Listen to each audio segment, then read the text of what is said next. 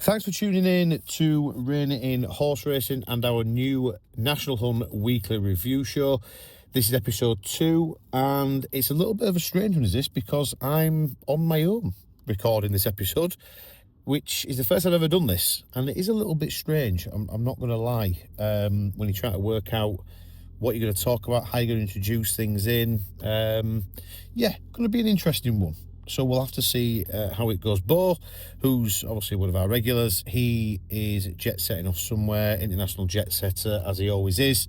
I think he's in Los Angeles at the moment, probably enjoying some beer, even though he tells me it's work. But I would imagine it'll be plenty of beer rather than work for him. And Jordan, who unfortunately can't be with us because he is looking after his poorly baby boy, so we send best wishes to him. Obviously family comes first, so completely understandable. But yeah, so what I did was I actually spoke to Jordan prior to this and made sure that he passed on all his expertise notes that he does, which I really like. I must admit, it was one of the main reasons why we got him involved in the show, was just for the way that he breaks down the week just into really sizable chunks, much easier to talk about, much easier to discuss, and yeah. So we're going to start off with we're going to go all the way back to last Monday, which is Monday the 10th of November, and My Daddy Paddy, who was a fantastic winner on Hurdle's debut at Carlisle. As always with some of these maiden races, you very rarely know exactly what a horse is up against. You don't know what's in behind.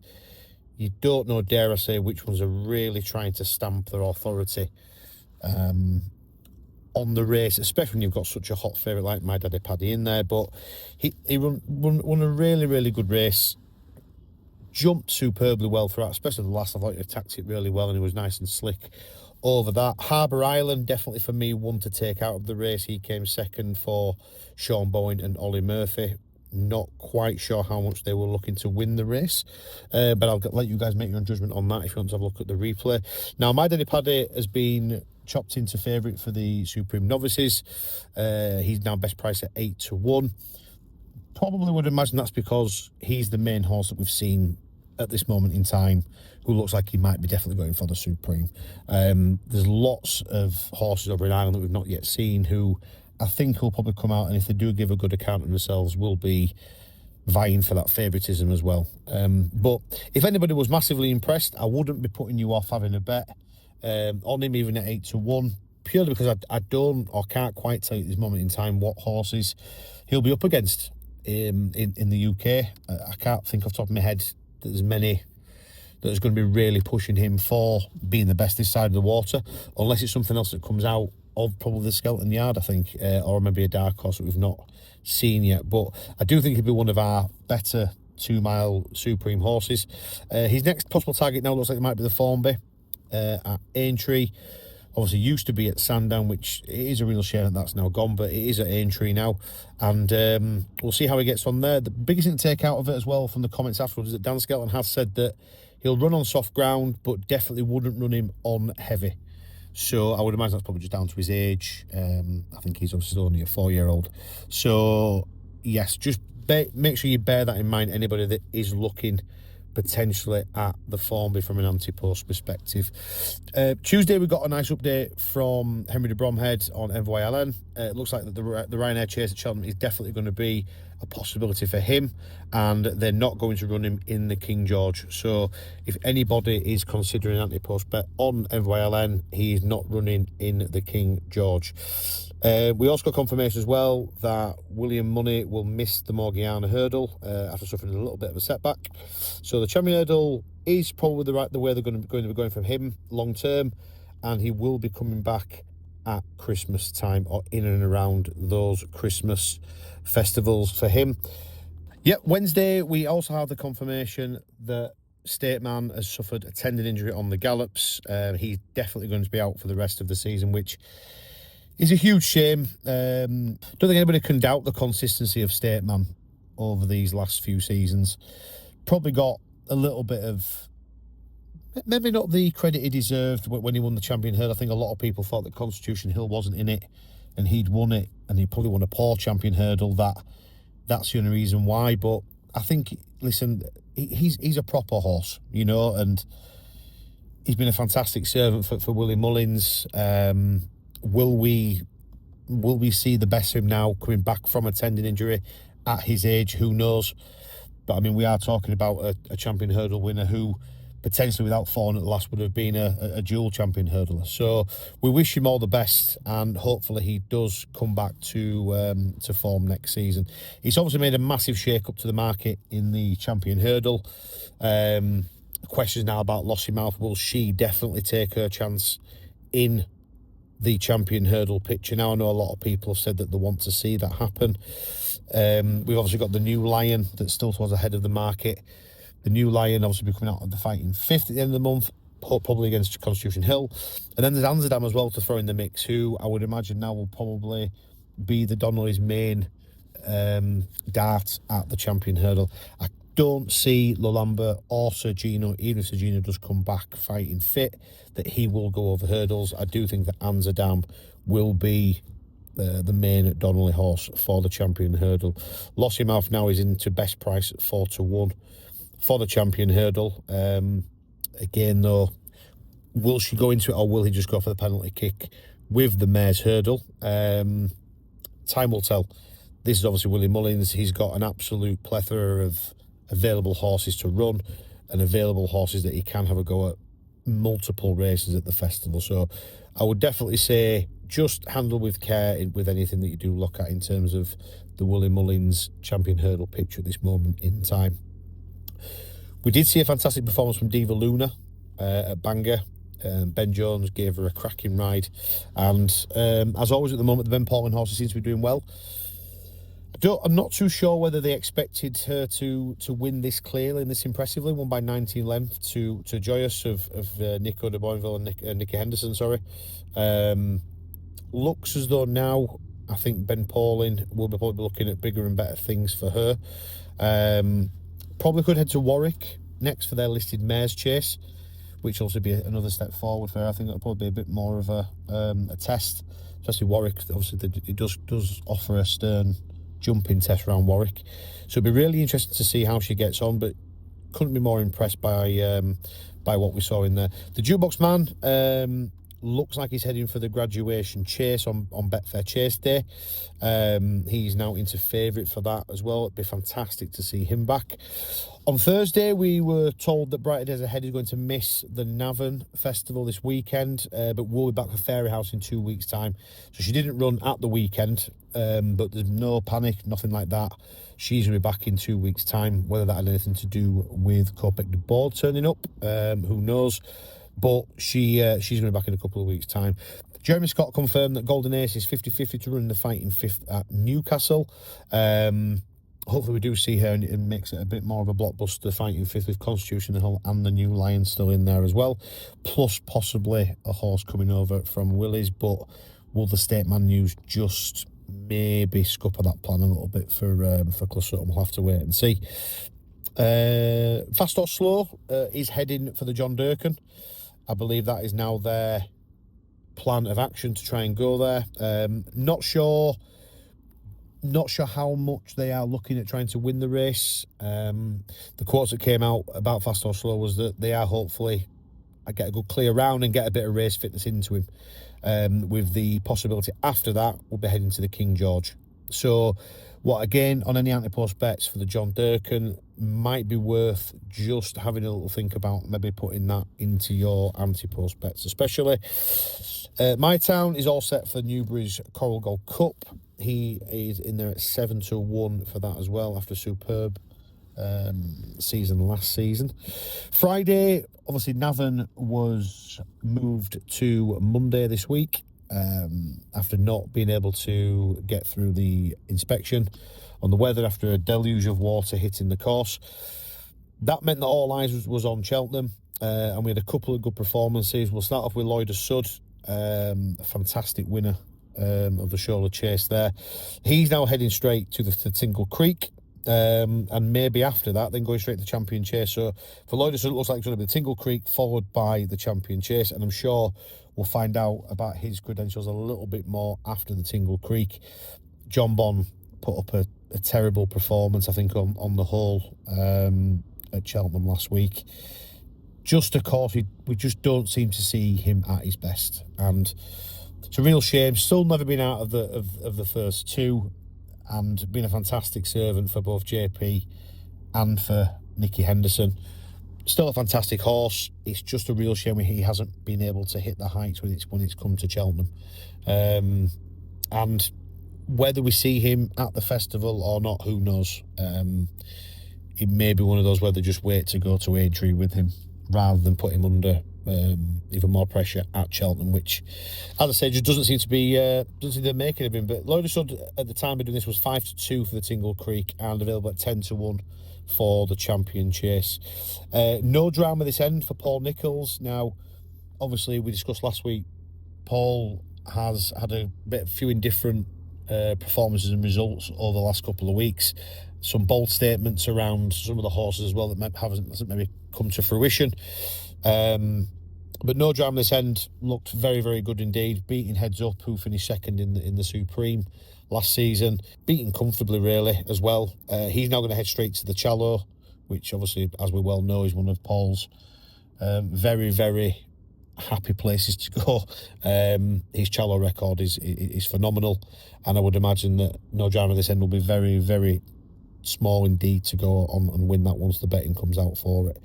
We then move on to the weekend, and Marine National missed his reappearance at Navan on the Monday, which obviously will be rescheduled from the Saturday. His new target now is going to be at Fairyhouse at Christmas instead. I believe it's just a slight pulled muscle, nothing too major, nothing that will put him out long term, and nothing that should affect him for the remainder of the season. So hopefully he will come back in good form. July Flower won the Arkle Trial at Cheltenham, won very, very well indeed. Henry de Bromhead now, I think, is looking at possibly Leopardstown at Christmas, looking like the obvious target, and has admitted that she could be an Arkle horse come next March as well. So she's definitely one to keep an eye on. Not sure what her current price is. I know a few shrewds put it up a little bit higher before she ran. It might be worth just having a look. If you're going to have a look at the anti-post betting for the champion, for the Arkle, sorry, I'm not too sure how many runners are actually going to end up in the Arkle. We'll touch on KOPEK DES BORDES and LULAMBA in the next sort of 10 minutes or so, but definitely worth having a look at the market, definitely worth having a look at who you think might slot into the race. I don't think there's going to be many runners at all. I think this could be a 4 or 5 runner Arkle, and if that is the case, and July Flower is still available at round about that sort of 20-25-1 mark, she could be a very nice each way bet come the festival. Panic Attack won a fantastic Paddy Power Gold Cup. Now, she's most likely now to go to Doncaster for the Mare's Chase over Christmas, and then if all goes to plan, she'll be back in March for the Mare's Chase. The Skeltons know exactly what they're doing this season in terms of the race planning. Probably one of the best race planners, in my opinion, as a trainer. Very rarely gets it wrong, very rarely gets plans wrong. And she could be a real player this season in what is turning out to be quite a good and rock-solid Mare's Chase division this season. And obviously there was a lot of talk about the Mare's sort of setup and the Mare's division.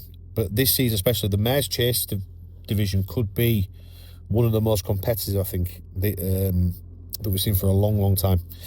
Lavender Hill Mob for James Owen. Now, if you remember, Lavender Hill Mob was the horse that James Owen was once talking about as being a bit of a monster at home, but we never sort of got to see that, or never really materialised on the racecourse. Came out this weekend and ran absolutely fantastically well. Won as easy as you like, coming up the Cheltenham Hill in the handicap. Now, they've pinpointed a couple of races that they would like to try and run him in over the course of the season. They mentioned the Lanzarote, they mentioned the Coral Cup, they mentioned the Potemps. All those races, just have a look, see where it's sat in the weights. James Owen is a very shrewd operator when he tries to find those races for the horses when it comes to finding that they can try and get under the radar of the handicapper. So definitely a horse to have a look at and maybe get into the trackers as and when you possibly can. And on Sunday, we saw a fantastic performance from Final Demand. I think, listen, it was speculated beforehand that Final Demand was schooling well. It was mentioned that he would be even better for a fence. And after his third at the Cheltenham Festival, I think maybe not questions were going to be asked, but I think everyone was looking forward to seeing how much he would improve for a fence. And I think all the questions were answered and probably more on Sunday. For those that didn't see it, I don't think that Paul Townley was ever in trouble throughout the whole race at all. It was a fantastic jumping performance from a novice, and he is now into, I think, as short in places as 7-4 for the Browns, which, do you know what, it's a strange one. I know, and rightly so, some people do have a little bit of a go at anti-post bets and odds at this current time, and I do see it 7-4 for a race that's going to be happening in March, especially the Browns, which has obviously produced a lot of horses that have been beaten at short odds in the past, does seem quite slim. But when you look at the horses that are in this particular betting on like the Oddschecker website or wherever it is that you have a look. Originally, I put up El Clavel in this race, who unfortunately is injured now for the season. But my rationale behind that was, well, what horses are going to actually turn up in this race? And again, after the performance that we've seen from Final Demand on Sunday, I'm not sure if anybody's been particularly forefront now to say, right, okay, let's go for the Browns, or let's try and go for this race at Cheltenham, when I think he might have scared a few people off. I really, really do. Now, again, I'm not encouraging anybody to go flying out and back this horse at 7-4, but what I am saying is, I don't know what else you could have possibly done from a bookie's perspective.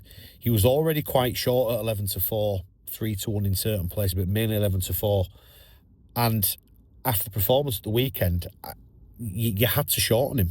So this isn't me sticking up for bookmakers, far from it, because obviously we want to be making sure that we're trying to get as much value as we can out of them. But I think, I don't know how I would price him up. If someone says to me, okay, price Final Demand up for the Browns, what odds would you want to give me for him? After the performance on Sunday, I mean, I'd be struggling to probably give you any more than 2-1 at this moment in time, because I don't honestly know who will come to the front and take him on. And I know there's a lot of horses that still need to come out and make debuts and things like that. And I'm sure that there's good horses around that will obviously show us what they can and can't do. But if you're honest to yourself after watching the race on Sunday, or if you are having a look at the anti-post markets, just have a think to yourself, like, what odds, if you were laying it to your mate, what odds would you be laying Final Demand at? Because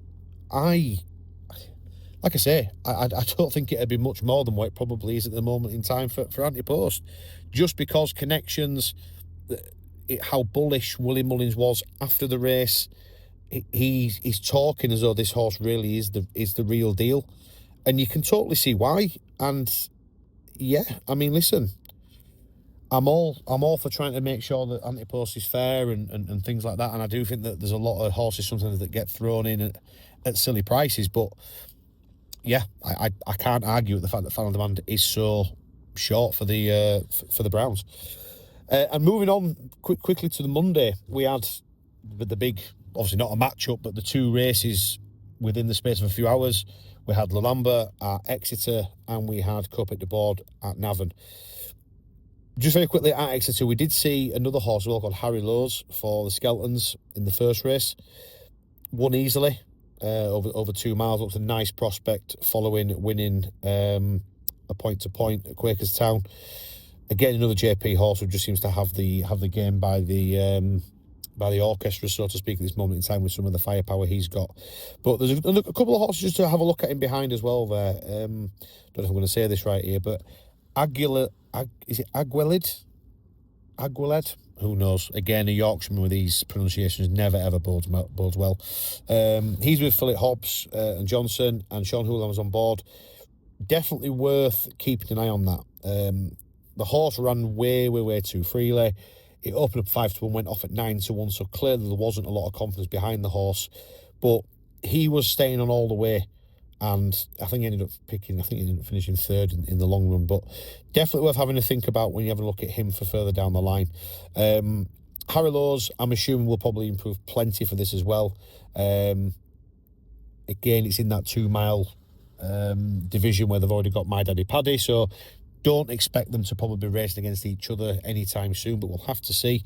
That may be the case where they might end up just falling into each other's lap, but definitely want to have a think about. And then following that race was the beginner's chase, which had LULAMBA at the 2-5 head of the market. There was a lot of market confidence behind him until he started playing up in the parade ring, wanting to go back into the paddock, and then he drifted out to 2-5. I think he did touch about 2-7, I think, at one point. So they were fairly confident. And yeah, I mean, if you had to really give an explanation on Lamba's performance, if you haven't watched it and you're just listening to this now, I would say his jumping was good.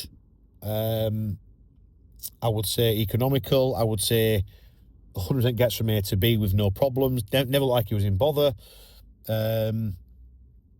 Yeah, listen, it was a nice, good performance, and he ended up winning easily. He won by about 10 lengths to Fingalbridge, who, again, I'll let you, if you can please try and rewatch the race, please do, because I never like to come across as I'm saying that a horse is running for a mark, so to speak, but I don't think Fingalbridge ever wanted to try and beat LULAMBA. I think he was always trying to go for second place, which he did. Let's put it that way. And I'll let you guys have a watch of it yourself. But LULAMBA obviously was getting weight against all the horses. I think it was getting about £8, I think it was. And fully expected to win and did so. Do I think that LULAMBA was jumping like a natural 2 miler? In my opinion, no. I do think that LULAMBA looks more like a bit of a middle distance staying horse. Doesn't look slow by no stretch of the imagination. I mean, obviously, won this race by 10 lengths, but it was running at a slow time, and yeah, it's really strange. I mean, again, don't know how people that listen to this, I don't know how you guys look at certain horses, but sometimes a horse screams out to you Arkle, or screams out to you Browns, or you get vibes sometimes off different horses, how they run, how they jump, pretty much how they're stacked up. And for me, LULAMBA just didn't scream Arkle.